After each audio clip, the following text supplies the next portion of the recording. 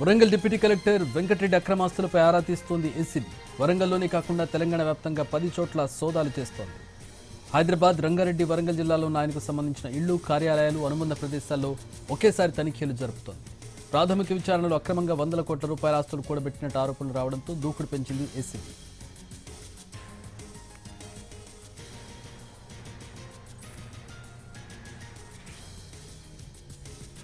ఇదే అంశానికి సంబంధించి మరింత సమాచారం మా ప్రతినిధి రాధాకృష్ణ అందిస్తారు. ఆదాయానికి మించిన ఆస్తుల కేసులో ఏసీబీ అధికారులకు భారీ తిమింగలమే చెప్పిందని చెప్పుకోవాలి. ఎందుకంటే హన్మకొండకు సంబంధించి అంటే వరంగల్ డిప్యూటీ కలెక్టర్గా పనిచేస్తున్న వెంకటరెడ్డి ఇంట్లో ఇవాళ ఏకకాలంలో సోదాలు చేశారు. డిసెంబర్లోనే ఇతను దాదాపు 60,000 రూపాయలు లంచం తీసుకుంటూ ఏసీబీకి పట్టుబడడం జరిగింది. ఆ తర్వాత ఇప్పుడు మళ్ళీ తాజాగా కూడా ఏసీబీ కేసు నమోదు చేసి అతని ఆదాయానికి మించిన ఆస్తులు కలిగి ఉన్నాడన్న అభియోగాలపై ఇవాళ ఏకకాలంలో 14 ప్రాంతాల్లో సోదాలు నిర్వహిస్తుంది. ప్రస్తుతం మనం చూస్తుంది మంచిరేవుల ప్రాంతంలో ఉన్న ఒక విల్లా ప్రాంతం ఇది.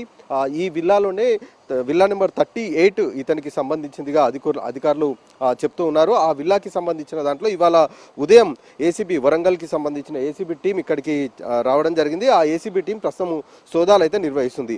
ఈ రివర్ ఎడ్జ్ మంచిరేవులలో ఉంది. ఈ రివర్ ఎడ్జ్లోని విల్లా నెంబర్ 38 ఇతను వెంకటరెడ్డికి సంబంధించిగా చెప్తూ ఉన్నారు. ప్రస్తుతం ఇక్కడ ఒక టీం సోదాలు నిర్వహిస్తూనే మరొక టీము మన్సూరాబాద్లోని అతని ఇంట్లో సోదాలు నిర్వహిస్తుంది. అక్కడ వరంగల్ ఏసీబీకి సంబంధించిన డిఎస్పీ నేతృత్వంలో ప్రస్తుతం అక్కడ టీము సోదాలు నిర్వహిస్తూ ఉంది. ఈ సోదాలలో భారీగా ఆస్తులను అయితే గుర్తించడం జరిగింది.